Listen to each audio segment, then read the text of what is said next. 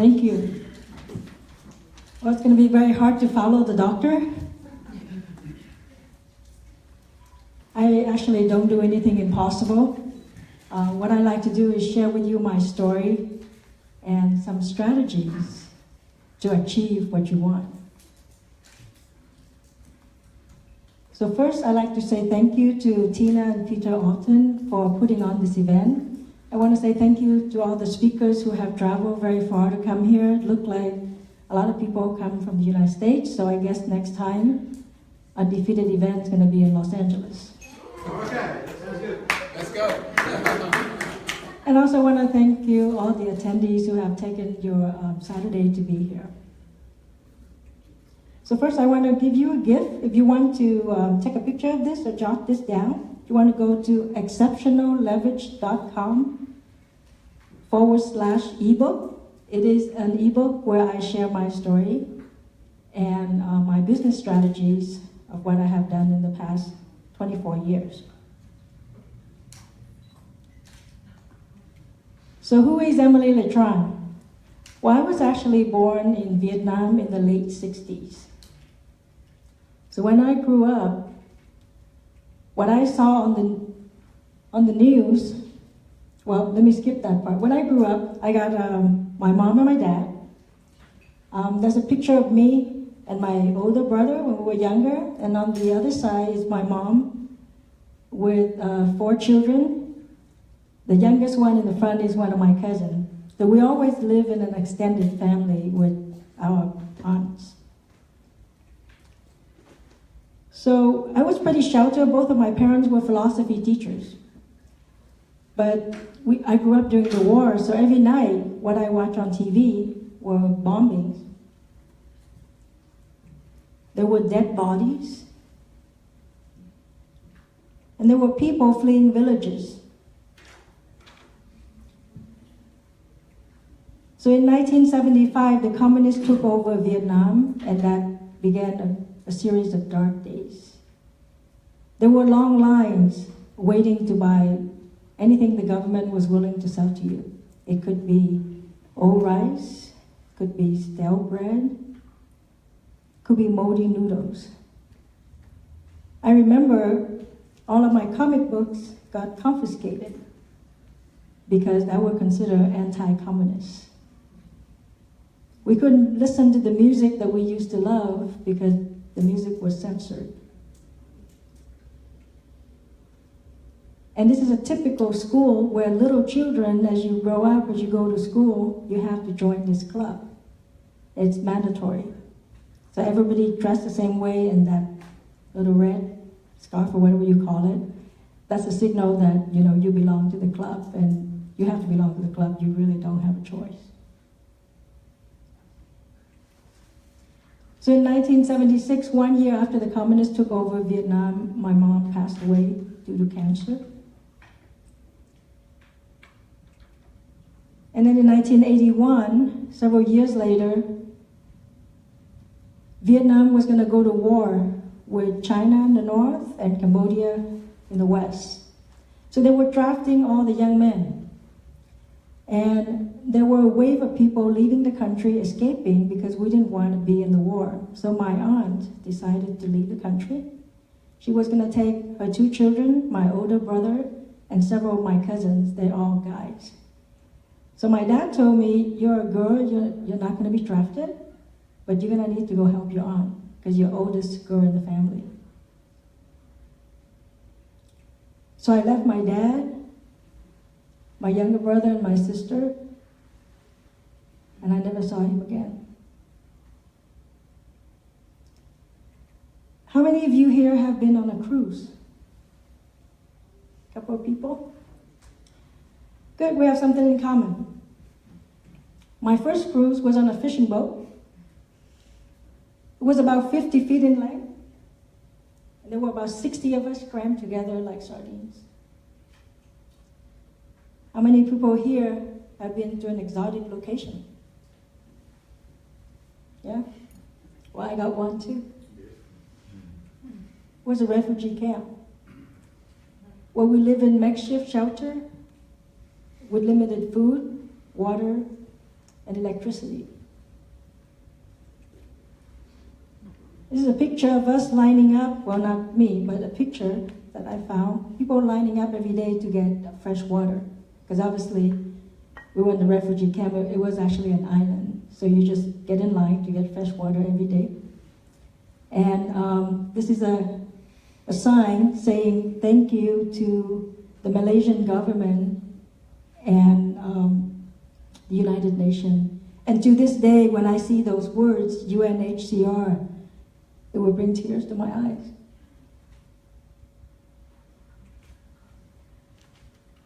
So I lived in the refugee camp for several months, and when I came to the United States as a refugee, my luggage were hope and faith.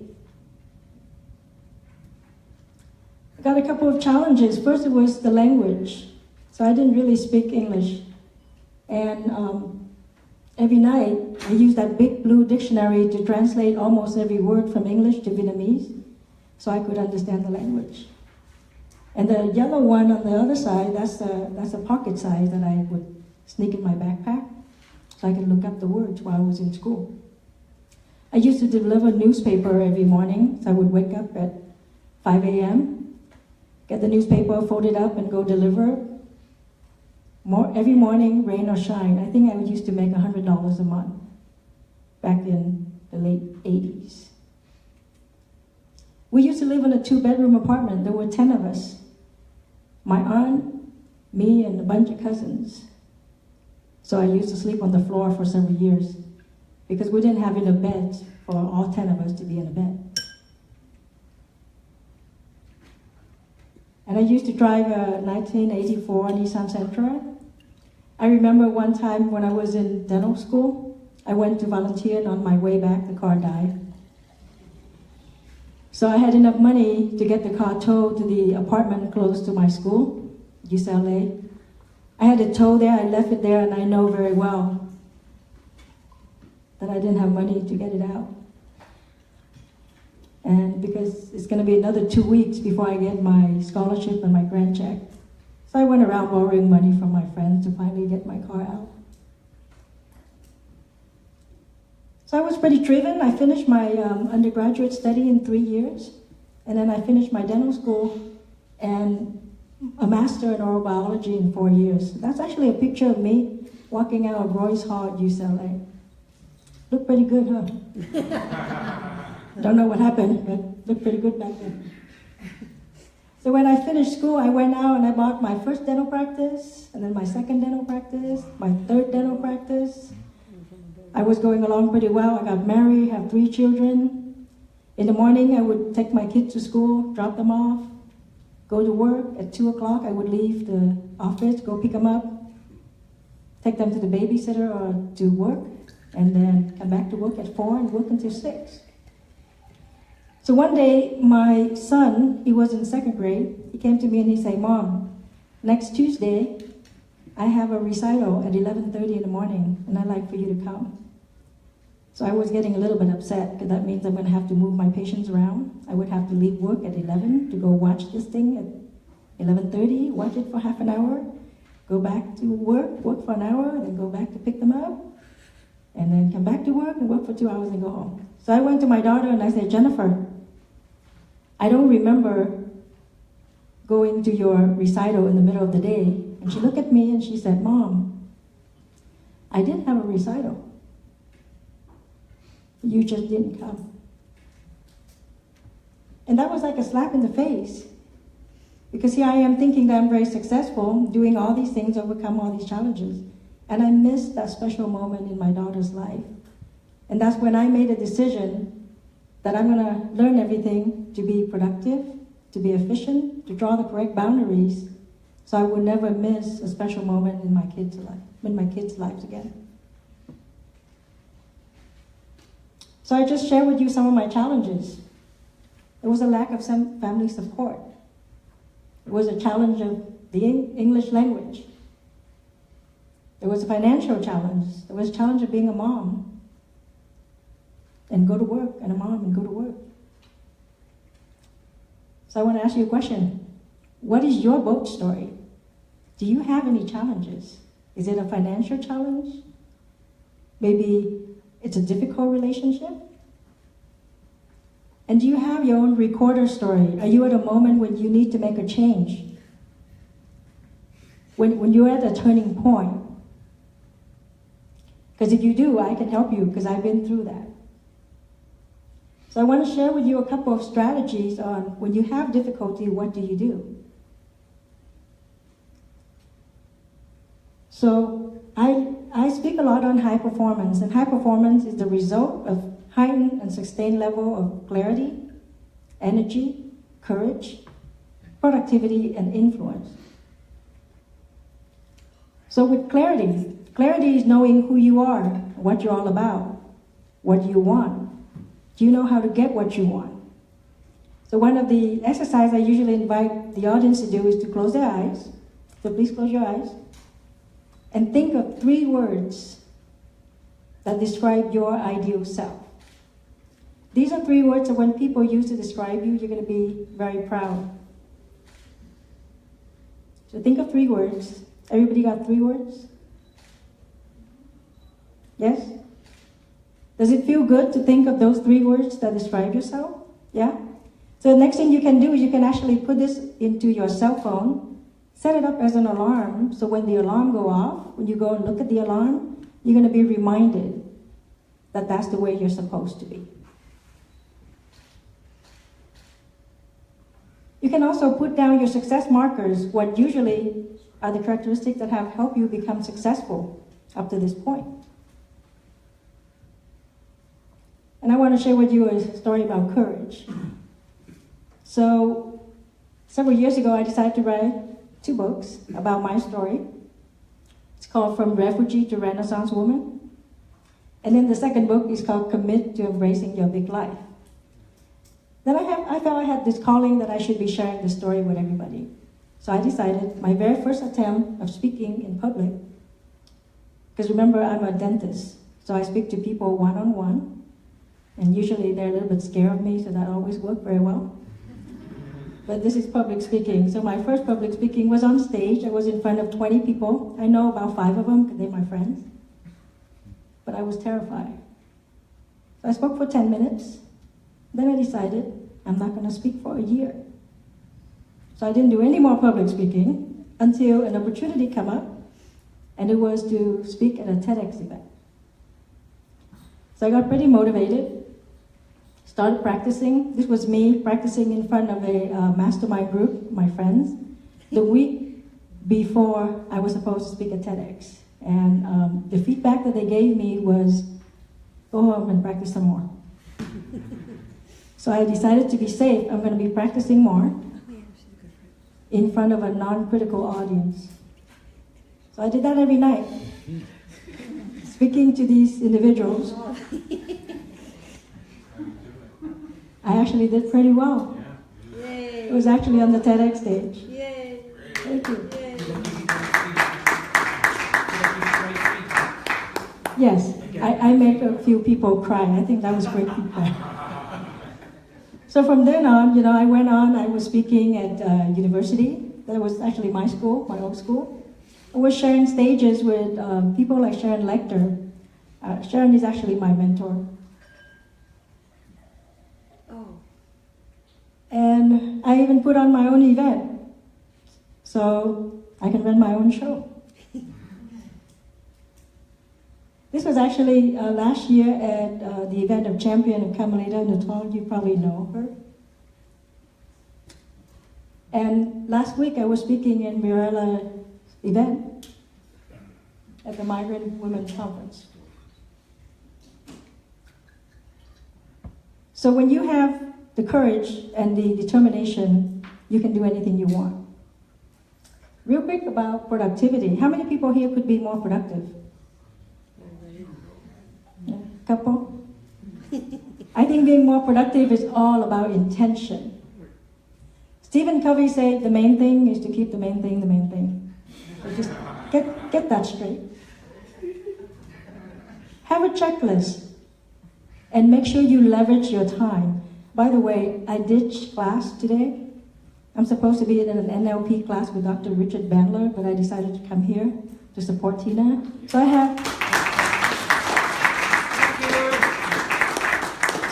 I have somebody else taking notes. That's called leverage.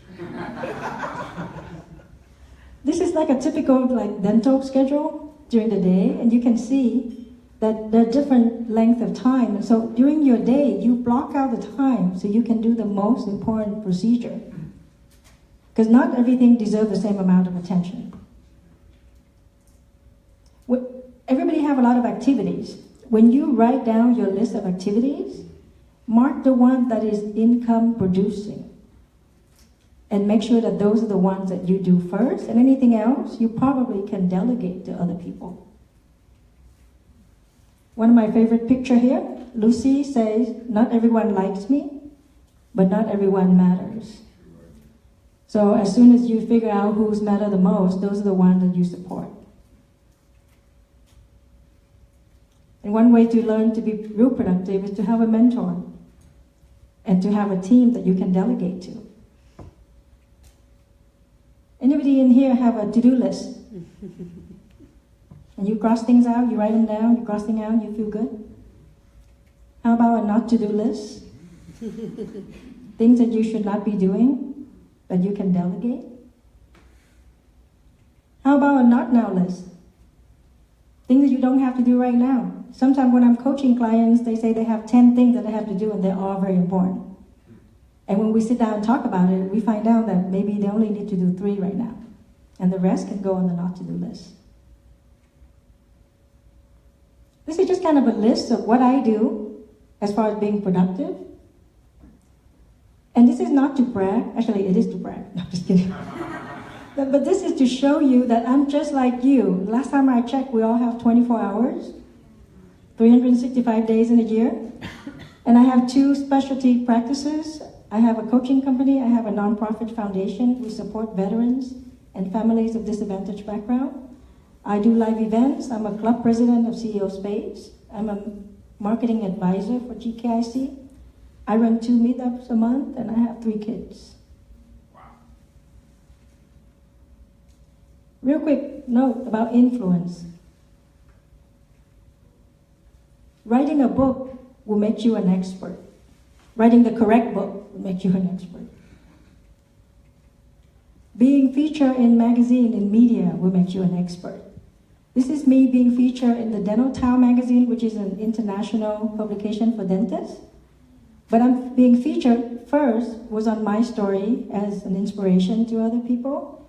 And the second one was on my foundation. So being featured for the right reason. This is me being featured on Mirella's magazine. And you show what you do.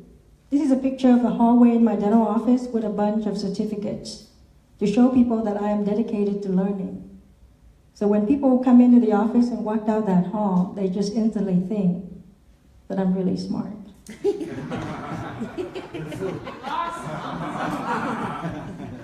You can also create influence by sponsoring events or doing events. And of course, being a role model to your children. This is actually my daughter. I took her to CEO Space, and there she is in a little group masterminding with other teenagers. Influence by association. If you're going to hang out here with the doctor, or with Pedro if he's here, or with Mirella, you instantly position yourself as an expert because you're hanging out with experts. So this is me taking a picture with Michael Gerber. He's the author of The E-Myth. And that is Dean Park. He's a dean of UCLA for the past 20-some years. Now, why do you want to have high performance? Because when you have high performance, you can create community impact. So for me, like I mentioned, I have my foundation, and we do monthly free dentistry for veterans and families of disadvantaged background. You can have a global impact. This is me at a dental mission in Costa Rica. And you make sure you have the right mentors. So one of my coaches is Brendan Bouchard, and the other mentor is Jan Lecter. Woo. My wife, these are my 3 children. Alan is going to be 17. When he went to CEO Space, when I check him in, I say, this one doesn't talk. And at the end of the week, he's yanking the microphone out from the teacher's hand, wanting to give an opinion. My middle son, that's his graduation from middle school. So in the United States, that's 8th grade. He is finishing up his book. And that's my daughter, Jennifer. She goes to UC Irvine. She's a 3rd year. And that's her attending a Brendan Bouchard event with me. So how can you implement things really fast? Well, I want you to look into high performance coaching to learn some strategies about high performance. And what I like to do is I like to invite everybody here, if you want, to have a coaching call with me. It's normally valued at $500, and Tina told me you can't charge people.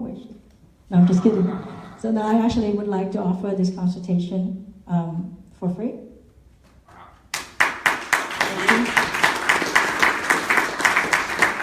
If you have a great story you'd like to share, I invite you to be on my radio show. The show is called Your Life and Business, Fast Track to High Performance. And it's on every Friday from 8 to 9 a.m. Pacific Standard Time. So who here is ready to take your business and your life to the next level? Yes. So people? Great. Well, thank you so much for your attention. I hope you have a great evening and a productive week ahead, and may the floss be with you.